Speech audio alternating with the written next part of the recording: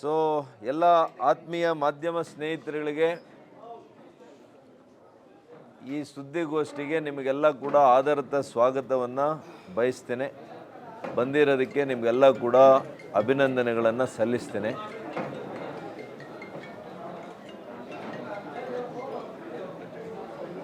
ಇವತ್ತು ಸಂಕ್ರಾಂತಿಯ ಮಾಘ ಮಾಸದ ಹುಣ್ಣಿಮೆ ಫೆಬ್ರವರಿ 1ನೇ ತಾರೀಕು. ಈ ಪವಿತ್ರವಾದಂಥ ದಿವಸ, ಹುಣ್ಣಿಮೆ ದಿವಸ,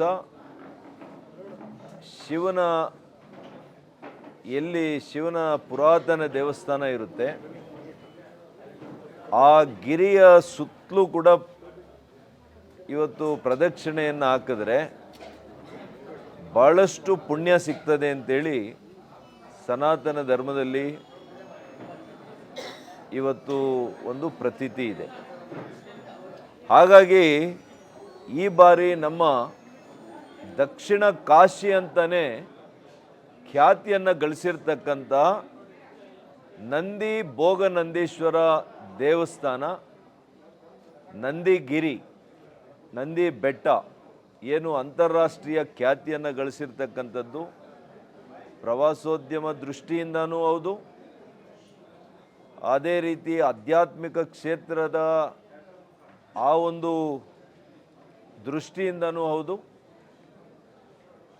ಮತ್ತು ದೈಹಿಕವಾಗಿ ಕೂಡ ಇವತ್ತು ನಮ್ಮನ್ನು ನಾವು ಒಳ್ಳೆ ರೀತಿಯಲ್ಲಿ ದೈಹಿಕ ಆರೋಗ್ಯವನ್ನು ಕಾಪಾಡಿಕೊಳ್ಳಿಕ್ಕೆ ಕೂಡ ಇಂತಹ ಪಥಸಂಚಲನ ಅಥವಾ ನಡಿಗೆ ಇವೆಲ್ಲ ಕೂಡ ಭಾಳಷ್ಟು ಒಳ್ಳೆಯದು. ಒಂದು ಆಧ್ಯಾತ್ಮಿಕ ಪ್ರಗತಿ, ಮನಃಶಾಂತಿ, ಆರೋಗ್ಯ ಸಿದ್ಧಿ ಮತ್ತು ಪ್ರವಾಸೋದ್ಯಮಕ್ಕೆ ವಿಶೇಷ ಒತ್ತು, ಇಷ್ಟು ಕೂಡ ಆಗೋದರಿಂದ. ಮತ್ತು ಹುಣ್ಣಿಮೆ ನಿಮಗೆಲ್ಲ ಗೊತ್ತಿದೆ, ಸೂರ್ಯ ಚಂದ್ರರು ಇವರಿಲ್ಲ ಅಂದರೆ ಜಗತ್ತೇ ಇಲ್ಲ, ಬದುಕೇ ಇಲ್ಲ, ಜೀವ ಇಲ್ಲ. 74 ಕೋಟಿ ಜೀವರಾಶಿಗಳು ಈ ಭೂಮಿ ಮೇಲಿದ್ದರೆ ಅದಕ್ಕೆ ಕಾರಣ ಸೂರ್ಯ ಚಂದ್ರರು.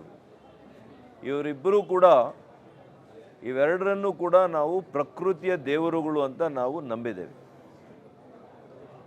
ಸನಾತನ ಆ ದಿನದಿಂದ, ಆ ಕಾಲದಿಂದಲೂ ಕೂಡ ನಾವೆಲ್ಲ ಕೂಡ ಪ್ರಕೃತಿ ದೇವರುಗಳನ್ನು ನಾವು ಪೂಜೆ ಮಾಡ್ತೀವಿ.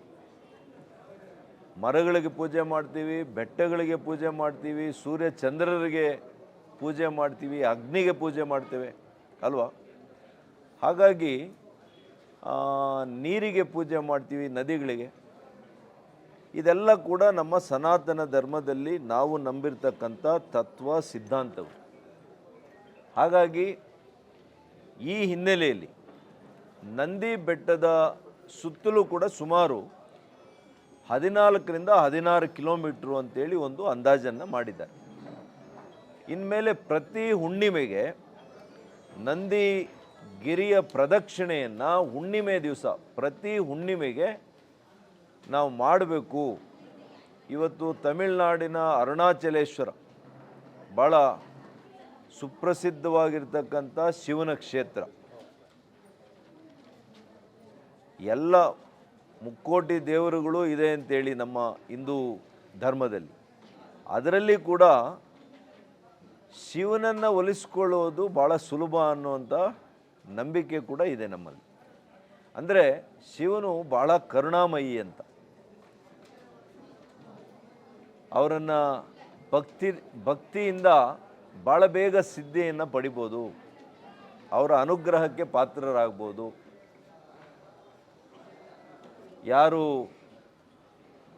ಏನಾದರೂ ತಿಳಿದಿರೋನೋ ಪಾಪಗಳು ಕೂಡ ವಿಮೋಚನೆ ಆಗ್ತದೆ ಅನ್ನುವಂಥದ್ದು ಕೂಡ ಹೇಳುವಂಥದ್ದು ಪ್ರತೀತಿ ಇದೆ.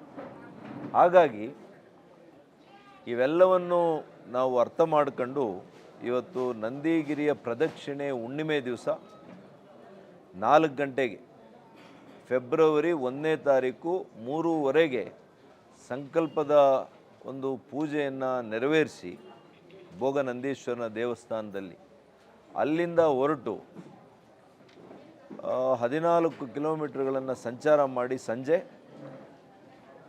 7:30 ಅಷ್ಟೊತ್ತಿಗೆ 7:30 8 ಗಂಟೆ ಅಷ್ಟೊತ್ತಿಗೆ ಮುಗಿಯುತ್ತೆ.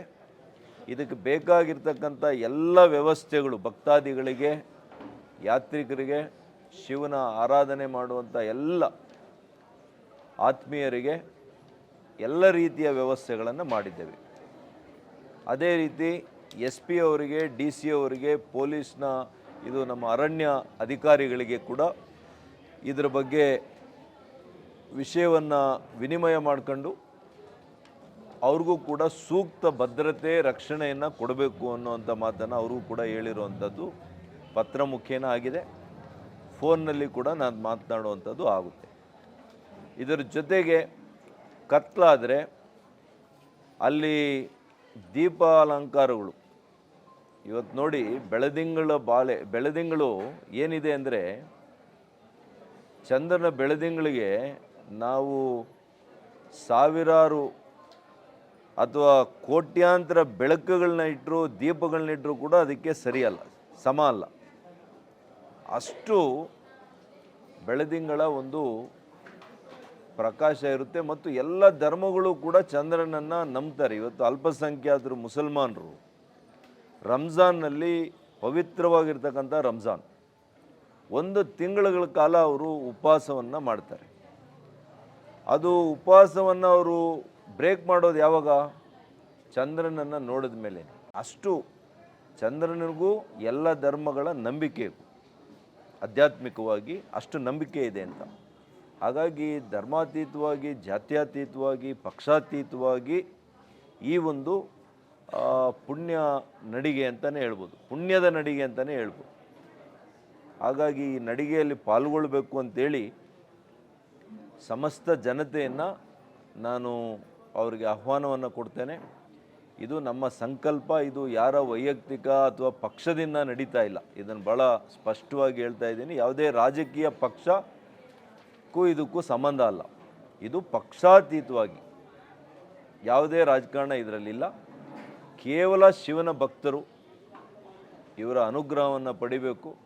ಮತ್ತು ನಮ್ಮ ನಂದಿ ಕ್ಷೇತ್ರವನ್ನು, ನಮ್ಮ ದಕ್ಷಿಣ ಕಾಶಿ ನಂದಿ ಕ್ಷೇತ್ರವನ್ನು ಅಂತಾರಾಷ್ಟ್ರೀಯ ಮಟ್ಟಕ್ಕೆ ನಾವು ಬೆಳೆಸಬೇಕು ಅನ್ನುವಂಥದ್ದು ನಮ್ಮ ಸಂಕಲ್ಪ ಆಗಿದೆ. ಹಾಗಾಗಿ ನಾನು ನೆಪ ಮಾತ್ರ ಅಷ್ಟೇ. ಇದನ್ನು ಕಾರ್ಯಸಿದ್ಧಿ ಮಾಡಬೇಕಾಗಿರ್ತಕ್ಕಂಥವರು ಶಿವನ ಅನುಗ್ರಹ, ಶಿವನ ಅನುಯಾಯಿಗಳು.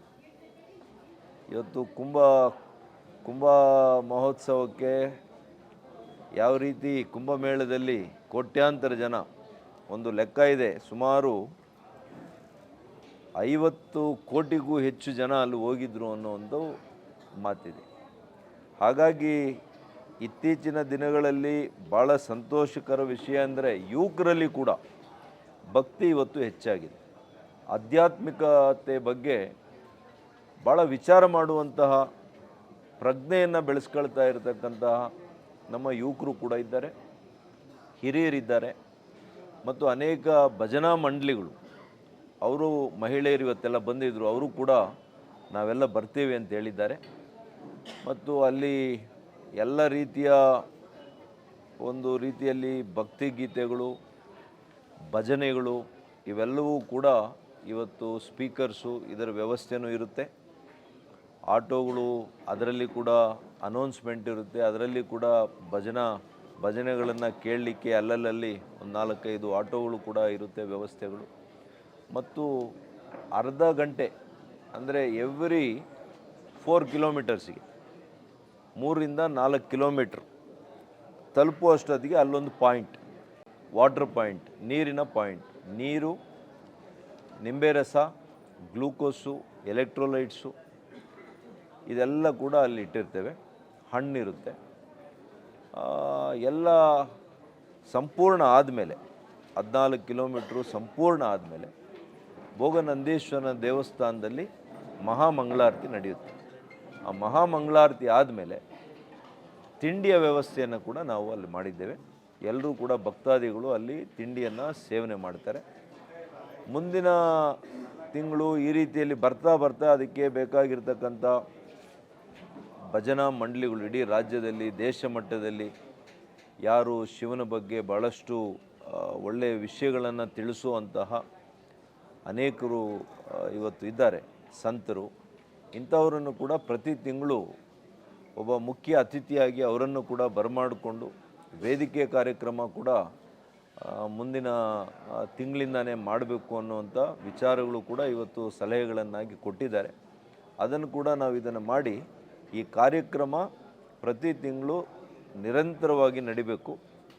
ಇದು ಚಿಕ್ಕಬಳ್ಳಾಪುರದಲ್ಲಿ ಇವತ್ತು ನಂದಿ ಬೆಟ್ಟ ಹೇಗಿದೆ, ಇಶಾ ಕೇಂದ್ರ ಹೇಗಿದೆ, ಮುದ್ದೇನಹಳ್ಳಿ ಹೇಗಿದೆ, ಆವಲ್ ಬೆಟ್ಟ ಹೇಗಿದೆ, ಹಾಗೆ ನಮ್ಮ ನಂದಿಗಿರಿಯ ಪ್ರದಕ್ಷಿಣೆ ಕೂಡ ಒಂದು IP ಆಗಬೇಕು.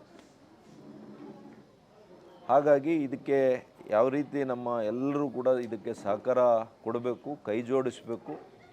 ಇದನ್ನು ಯಶಸ್ವಿ ಮಾಡಿ ರಾಜ್ಯದ ಮೂಲೆ ಮೂಲೆಗಳಿಂದ ಕೂಡ ಭಕ್ತಾದಿಗಳು ಬಂದು ಹುಣ್ಣಿಮೆ ದಿವಸ ಇವತ್ತು ಭೋಗ ನಂದೀಶ್ವರನ ಕೃಪೆಗೆ ಪಾತ್ರರಾಗಬೇಕು ಅಂತೇಳಿ ನಾನಿವತ್ತು ಎಲ್ರಿಗೂ ಕೂಡ ಮನವಿ ಮಾಡ್ತೇನೆ. ವಿಶೇಷವಾಗಿ ನಮ್ಮ ಮಾಧ್ಯಮ ಸ್ನೇಹಿತರು ನೀವುಗಳು ಕೂಡ ನಿಮ್ಮ ಕುಟುಂಬಗಳ ಸಮೇತ ಕೂಡ ನೀವುಗಳು ಬರಬೇಕು. ನಮ್ಮ ಜೊತೆಯಲ್ಲಿ ನಿಮ್ಮ ಕ್ಯಾಮ್ರಾ ಜೊತೆಗೆ ನೀವು ಬರಬೇಕು, ನಿಮ್ಮ ಫ್ಯಾಮಿಲೀಸು ಬರಬೇಕು. ನಮ್ಮ ಜೊತೆಯಲ್ಲಿ ನೀವು ಈ ಕಾರ್ಯಕ್ರಮದಲ್ಲಿ ಭಾಗಿಯಾಗಿ ಶಿವನ ಅನುಗ್ರಹಕ್ಕೆ ನೀವೆಲ್ಲರೂ ಕೂಡ ಪಾತ್ರರಾಗಬೇಕು ಅಂತ ನಿಮಗೂ ಕೂಡ ವೈಯಕ್ತಿಕವಾಗಿ ನಾನು ಆಹ್ವಾನವನ್ನು ಕೊಡ್ತಾ ಇದ್ದೀನಿ. ಬಂದಿರೋ ಅಂಥ ಎಲ್ರಿಗೂ ಕೂಡ ನಾನು ಇವತ್ತು ಧನ್ಯವಾದಗಳನ್ನು ಅರ್ಪಿಸ್ತೇನೆ.